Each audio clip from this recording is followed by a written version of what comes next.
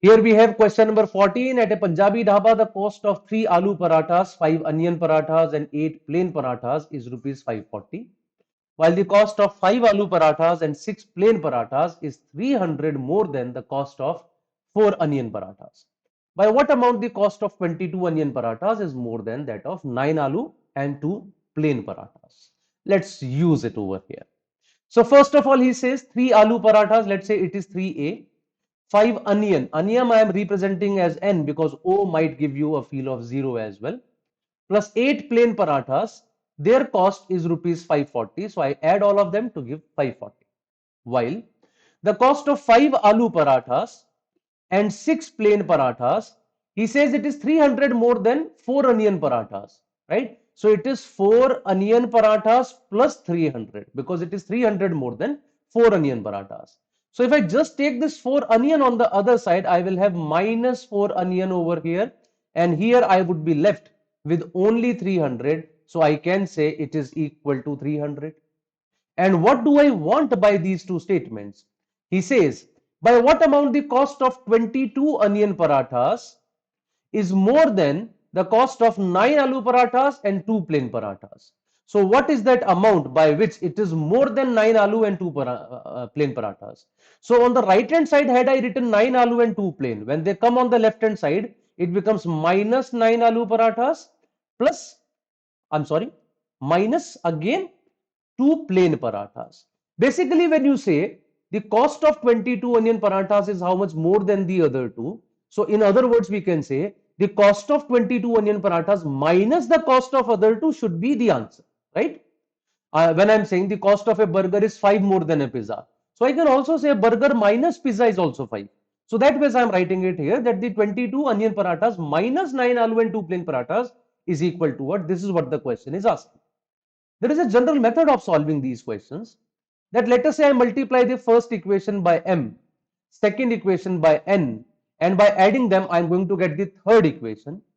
Then comparing the coefficients of A, I can say 3m plus 5n should be minus 9, and comparing the coefficients of n, I should be having 5m minus 4n is equal to 22. Of course, these two equations must satisfy the third equation automatically, that 8m plus 6n should become minus 2 at whatever values of m and n I get from here. Let's try to solve it. I multiply this equation by 5. This gives me 15m plus 25n is equal to minus 45. Let's multiply this equation by 3. 15m minus 12n is equal to 66.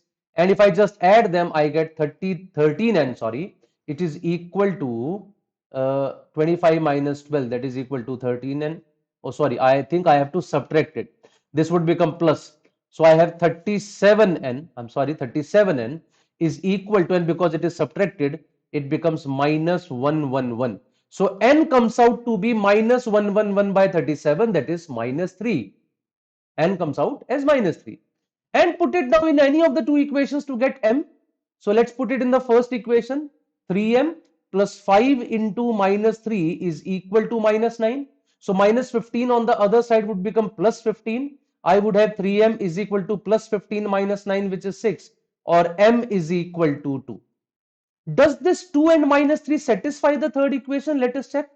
8 into 2, 16, and 6 into minus 3 is minus 18. Yes, 16 minus 18 becomes minus 2. So m is equal to 2, n is equal to minus 3 is a valid solution. And if m is equal to 2 and n is equal to minus 3 satisfies, so what will be the right hand side? M into 540, that is 2 into 540, n into 300, that is minus 3 into 300. I have 1080 minus 900. 180 is the amount by which one of them is more than the other. So my answer for this question should be option C. Now, can there be an easier way of doing this question?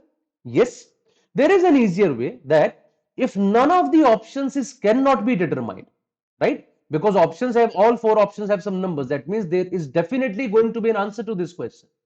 If none of the options is cannot be determined, that means a definite answer is there.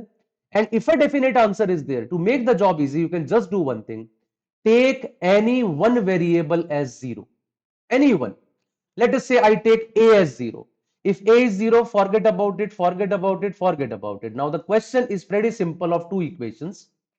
5n plus 8p is 540, 4n plus 6p is 300. What is the value of 22n minus 2p? This will give you 180, and you can assume any one of them as 0. So you can assume A as 0, n as 0, p as 0.